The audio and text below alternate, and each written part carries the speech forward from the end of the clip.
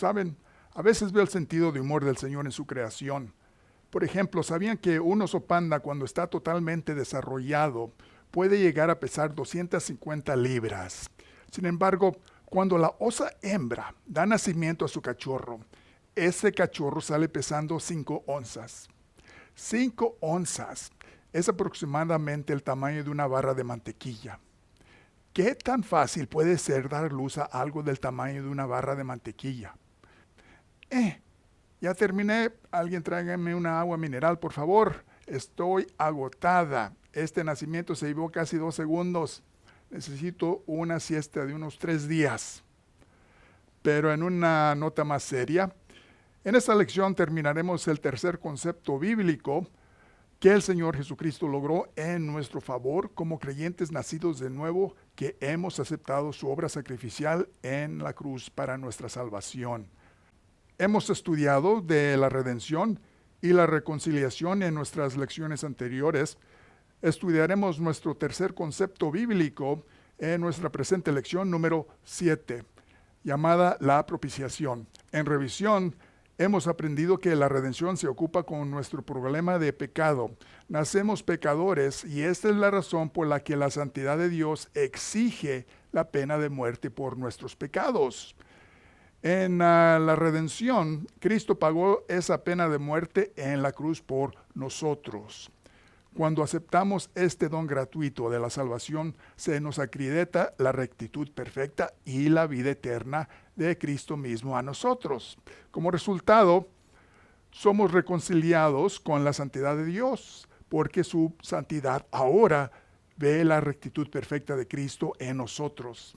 Estar reconciliados significa que ahora estamos en unión con Él para siempre porque ahora tenemos paz con Él. Y tenemos paz con Él porque su ira de condena se ha apaciguado, que es lo que enseña la propiciación. Comencemos a estudiar la propiciación con más detalle para que podamos entender esta doctrina bíblica con mayor precisión. Pero antes de comenzar, ¿por qué no abrimos con una palabra de oración para asegurar nuestro llenamiento de Dios el Espíritu Santo? Oremos, por favor. Padre Celestial, venimos reconociendo que aunque estamos justificados en Cristo, posicionalmente, y tenemos un destino al cielo, experiencialmente, todavía estamos en nuestro cuerpo de carne durante esta vida y pecaremos periódicamente. Esa es la razón por la que nos diste la técnica de confesión de 1 Juan 1:9, para que podamos confesar el pecado y volver a la comunión bajo la llenura de Dios el Espíritu Santo. Como resultado, podemos estar listos para aprender las cosas profundas que quieres que aprendamos en tu palabra en preparación para el futuro estado eterno contigo. Ayúdanos a dejar a un lado todas las cosas superficiales que se acumulan en nuestras mentes a través de la influencia de este mundo. Ayúdanos a construir una mente que está consumida por las cosas que están por venir y que las cosas de esta vida pasarán, pero las cosas por venir durarán para siempre. Pedimos todas estas cosas en el nombre de nuestro Señor y Salvador Jesucristo. Amén. ¿Por qué no comenzamos a leer en nuestro libro de salvación? Abra sus libros de salvación, por favor, en la página 9, arriba de la página donde vemos la palabra propiciación. Página 9. En la sección titulada propiciación, que comienza con las palabras como resultado de ser redimidos. Leamos, por favor. Como resultado de ser redimidos de nuestro estado pecador y ser reconciliados a una posición nueva, ahora la santidad de Dios está propiciada. Propiciación relaciona el problema de la expiación o el apaciguamiento de la santidad de Dios. Propiciación significa que el Señor Jesucristo ha satisfecho la santidad de Dios por su muerte en la cruz. La ira de Dios de ejecutar la muerte a nosotros por causa de nuestros pecados es girada lejos porque Cristo tomó esa ira de muerte en la cruz por nosotros. Dios hizo esto en su gracia inmensurable porque Él nos amó tanto, aun cuando éramos pecadores, y mandó a su Hijo, que nació para morir por nosotros en la cruz. Como ven en sus libros, hay varios versículos que nos enseñan de la propiciación, comenzando con el 1 Juan capítulo 2, versículo 2, que dice, y síganme en sus Biblias, por favor, si tienen sus Biblias disponibles, y ahí dice, Y Él, hablando de Jesucristo, es la propiciación por nuestros pecados, y no solamente por los nuestros, sino también por los de todo el mundo. 1 Juan capítulo 2, versículo 2. Entonces vemos aquí que Cristo es la propiciación no solo por nuestros pecados, pero por los pecados de todo el mundo. Esto no quiere decir que todos van a ser salvados automáticamente. Todos que están escuchando el Evangelio pueden salvarse si lo desean, pero tienen que aceptar a Cristo primero para su salvación o rechazarlo, como lo hizo el hombre rico de Lucas capítulo 16, versículo 19 al 31. Hemos estudiado estos versículos en Lucas en nuestra primera lección, si recuerdan.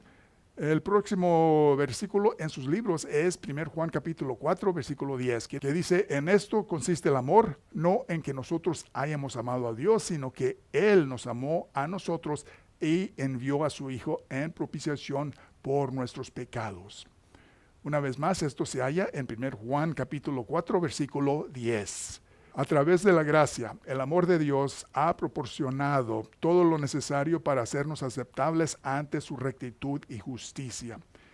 Y como vemos aquí, lo necesario es Cristo, quien es la propiciación por nuestros pecados. Nuevamente, propiciación quiere decir que en la cruz Jesucristo ha complacido la rectitud de Dios, el Padre, en nuestro nombre. Continuemos en el tercer lugar donde encontramos la palabra propiciación, que es en Romanos capítulo 3, versículo 25. Y aquí nos enseña diciendo: a quien Dios puso como propiciación por medio de la fe en su sangre para manifestar la justicia a causa de haber pasado por alto en su paciencia los pecados pasados. Una vez más, esto es Romanos capítulo 3, versículo 25. Aquí vemos que la sangre representa a Jesucristo entregándose a la muerte. Él tomó el castigo impresionante que merecían nuestros pecados y nos salvó de ese castigo que era estar en interminable tormento en el lago de fuego. Gracias a su sacrificio no tenemos que sufrir ese castigo.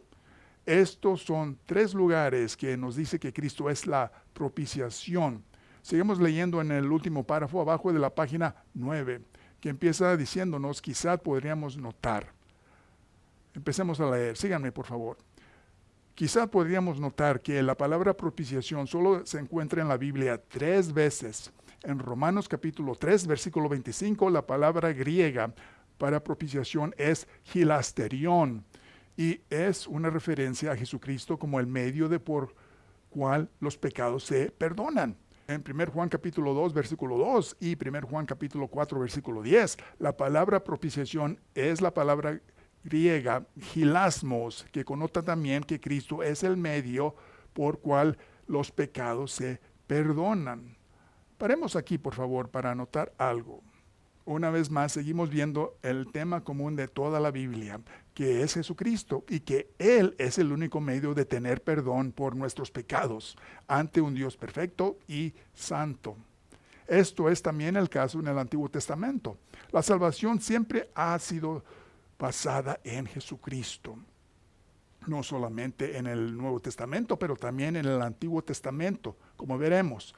Vamos a seguir leyendo en nuestros libros en la parte superior de la página 10, que comienza con las palabras: un verso más de importancia.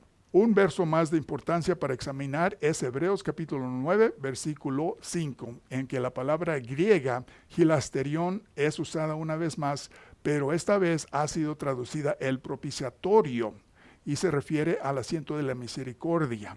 El asiento de la misericordia en Hebreos capítulo 9, versículo 5, se refiere al asiento del arca del convenio del Antiguo Testamento. Una descripción del arca del convenio se encuentra en Éxodo capítulo 25, versículo 10 al 22. El arca era una caja rectangular hecha de madera de acacia, cubierta con oro. La madera representaba la humanidad de Cristo y el oro representaba su deidad. Adentro, el arca contenía el frasco de oro de Maná, que representaba el rechazo de la gente de las provisiones de Dios. El bardo de Aarón que había brotado también estaba adentro de la arca, que representaba el rechazo de la gente de la orden de Dios. Las 2 tabletas de los 10 mandamientos eran los últimos artículos dentro del arca, que representó el pecado en el sentido de transgresiones de las leyes divinas conocidas de Dios. Paremos aquí, por favor. Noten que en este segundo párrafo, después de las palabras una descripción del arca del convenio, hay un número 3. Esto nos dirige que hay una nota al pie de la página 10. Abajo de la página 10 hay una nota que dice la arca del convenio. Vea la ilustración del arca del convenio en el apéndice 4, página 45. Vayan por favor a la página 45 para ver esto en sus libros de texto, por favor. Como ven en la página 45, hay una ilustración del arca del convenio. Esta arca del convenio era parte del tabernáculo del Antiguo Testamento. El tabernáculo fue el predecesor del templo durante la mayor parte del periodo entre la formación de Israel en el monte de Sinai y su establecimiento definitivo en la tierra prometida, en el periodo inicial de la monarquía. Este tabernáculo era un santuario portátil de acuerdo con la demanda para la movilidad fácil. Recuerden que el tabernáculo del Antiguo Testamento era el símbolo de la presencia de Dios con su pueblo y por lo tanto de su disponibilidad, así como un lugar en que se comunicaba la voluntad de Dios a Israel. La arca era la pieza más importante de los muebles en este tabernáculo que Dios instruyó a Moisés que construyera en Éxodo capítulo 25, versículo 10 al 22. Y esta arca estaba localizada en el lugar santísimo del tabernáculo, acuerdo de Éxodo capítulo 26, versículo 34. Precisamente la segunda parte o el interior del tabernáculo es donde se localizaba. A nadie se le permitía entrar en este lugar santísimo, excepto el sumo sacerdote, y esto solo una vez al año. Y era este lugar santísimo en que estaba el arca del convenio. Moraba aquí la gloria de Dios, de acuerdo de Éxodo capítulo 25, versículo 10 al 16, y por eso era el lugar santísimo. Entonces, ¿por qué no se quedan en la página 45 para que puedan seguir a lo largo de la ilustración de allí, mientras yo leo el resto de la sección aquí en sus libros sobre la propiciación? Básicamente, el resto de la sección es una descripción del arca del convenio. Vean la ilustración en la página 45 mientras yo leo la descripción. Y también pueden ver la ilustración ahora los que están viendo en video. Y ahí nos dice, la tapa que cubría la arca se llamaba el asiento de la misericordia, que también era cubierta con oro. En cada lado del asiento de la misericordia, también cubierta con oro, estaban dos figuras con alas extendidas sobre el asiento de la misericordia, acuerdo de Hebreos capítulo 9, versículo 5. Estas figuras se llamaban querubines. Estos querubines representaban la santidad de Dios, que se componen de su rectitud y su justicia perfecta. Ya hemos estudiado la santidad de Dios en la lección número 2 sobre los atributos de Dios, si recuerdan. Los querubines vigilaban el asiento de la misericordia y era sobre este asiento donde la sangre del animal sacrificial se tenía que rociar como un apaciguamiento temporario para la santidad de Dios. El rociar la sangre del animal representaba la muerte espiritual de Jesucristo apoyando nuestros pecados. Esto presagiaba la venida de Jesucristo que obtendría la redención una vez para todas con el derramamiento de su sangre propia. Acuerdo de Hebreos capítulo 9, versículo 12. Este verso declara, y no por sangre de machos cabrios ni de becerros, sino por su propia sangre, entró una vez para siempre en el lugar santísimo, habiendo obtenido eterna redención. El asiento de la misericordia es donde la santidad de Dios encuentra a la humanidad pecadora. Es el lugar donde los pecados se perdonan. Y es donde Dios mira hacia abajo en este asiento y ve la sangre de Cristo. Viendo la sangre de Cristo, la santidad de Dios, Padre, es satisfecha o propiciada en otras palabras.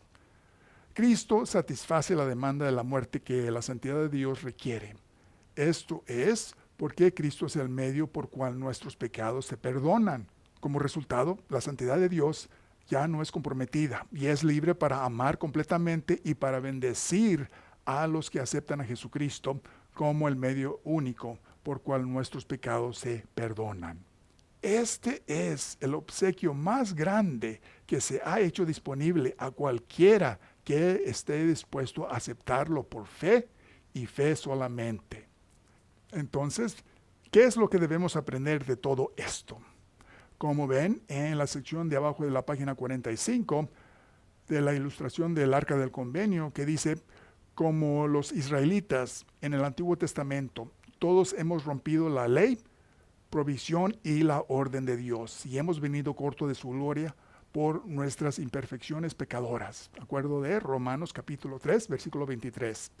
Veamos a Romanos capítulo 3, versículo 23 y terminemos con estos versículos, empezando en el versículo 19 y leamos hasta el versículo 27 para ver el contexto total de aquí, que se halla en Romanos capítulo 3, versículo 19 al 25, comenzando en el versículo 19, que nos dice: pero sabemos que todo lo que la ley dice, lo dice a los que están bajo la ley, para que toda boca se cierre y todo el mundo quede bajo el juicio de Dios. Y el versículo 20 continúa diciendo, ya que por las obras de la ley ningún humano será justificado delante de él, porque por medio de la ley es el conocimiento del pecado. Pero ahora, aparte de la ley, se ha manifestado la justicia de Dios, testificada por la ley y los profetas. La justicia de Dios por medio de fe en Jesucristo para todos los que creen en Él, porque no hay diferencia, por cuando todos pecaron y están destituidos de la gloria de Dios, siendo justificados gratuitamente por su gracia mediante la redención que es en Cristo Jesús, a quien Dios puso como propiciación por medio de la fe en su sangre para manifestar su justicia, a causa de haber pasado por alto en su paciencia los pecados pasados. Una vez más, esto se halla en Romanos capítulo 3, versículo 19 al 25. Entonces, todos estamos destituidos de la gloria de Dios, porque no importa qué buenos seamos, somos imperfectos, porque todos pecamos. Es por eso que no importa que lo recto que seamos, nunca vamos a llegar al nivel de la gloria de Dios, porque Él es perfecto y nosotros somos imperfectos. ¿Por qué creen que 1 Juan capítulo 1, versículo 8 y versículo 10 dice que el que diga que no tiene pecado se engaña a sí mismo y hace Dios un mentiroso? La palabra gloria en Romanos capítulo 3, versículo 23 se utiliza para describir los atributos de Dios en su totalidad o en parte. Así que si queremos llegar al nivel de la gloria de Dios, tenemos que tener los mismos atributos que Él, en total o en parte. Y por nuestros esfuerzos eso es totalmente imposible. ¿Cuál ser humano en la historia de la humanidad puede reclamar que es perfectamente recto? Solo uno, y se llama Jesucristo. Y solo Él puede reclamar la perfecta rectitud. Y es por eso que Él es nuestro asiento de la misericordia entre la santidad de Dios y nuestros pecados. Al igual que los sacrificios de animales que representaban el futuro sacrificio de Cristo, por lo que el término sangre en Romanos capítulo 3, versículo 25 se refiere figurativamente a su muerte o su obra propiciatoria. Cuando el perfecto Dios hombre pagó la pena por todos los pecados humanos en la cruz, la perfecta rectitud y justicia de Dios el Padre quedaron satisfechas. Su muerte pagó o cubrió nuestros pecados permanentemente, como la sangre del asiento de la misericordia del Arca del Convenio cubría los pecados de Israel temporariamente, dado que las exigencias de la rectitud y justicia de Dios se mostraron satisfechadas por la cruz. Él es ahora libre de imputar su rectitud perfecta y para justificar todo aquel que cree en Cristo, de acuerdo de 1 Juan capítulo 2, versículo 2. Dios es propiciado por el trabajo de Cristo en la cruz y el pecado ya no representa un obstáculo para que Él tenga comunión con la humanidad. Y si la obra de Cristo en la cruz fue todo lo que era necesario para satisfacer al Dios Padre, ¿cómo podría alguien pretender añadir sus propias obras? La obra de salvación se ha cumplido. Cuando aceptamos este sacrificio para nuestra salvación, recibimos la imputación de perfecta rectitud y vida eterna de Cristo mismo. Es esta perfecta rectitud que nos deja entrar en relación con la gloria de Dios para siempre, porque por nuestra unión con Cristo ahora poseemos estos dos atributos de Dios. Hay paz entre la santidad de Dios y nosotros porque a través del sacrificio de Cristo, la santidad de Dios ha quedado satisfecha y no nos tiene que condenar al lago de fuego. Nunca más. Esto es la propiciación. Es por esto que nuestro futuro cuerpo glorificado que estudiamos en la lección número 1 se describe en términos de gloria.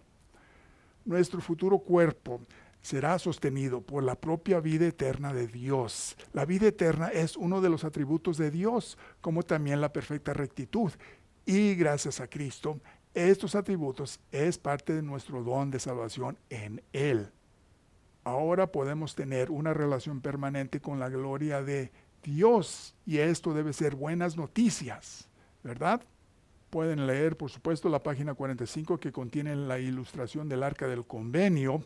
Nomás recuerden que lo que enseña es figurativo de cosas reales, porque en el Antiguo Testamento no tenían la Biblia en su forma completa como la tenemos hoy en día.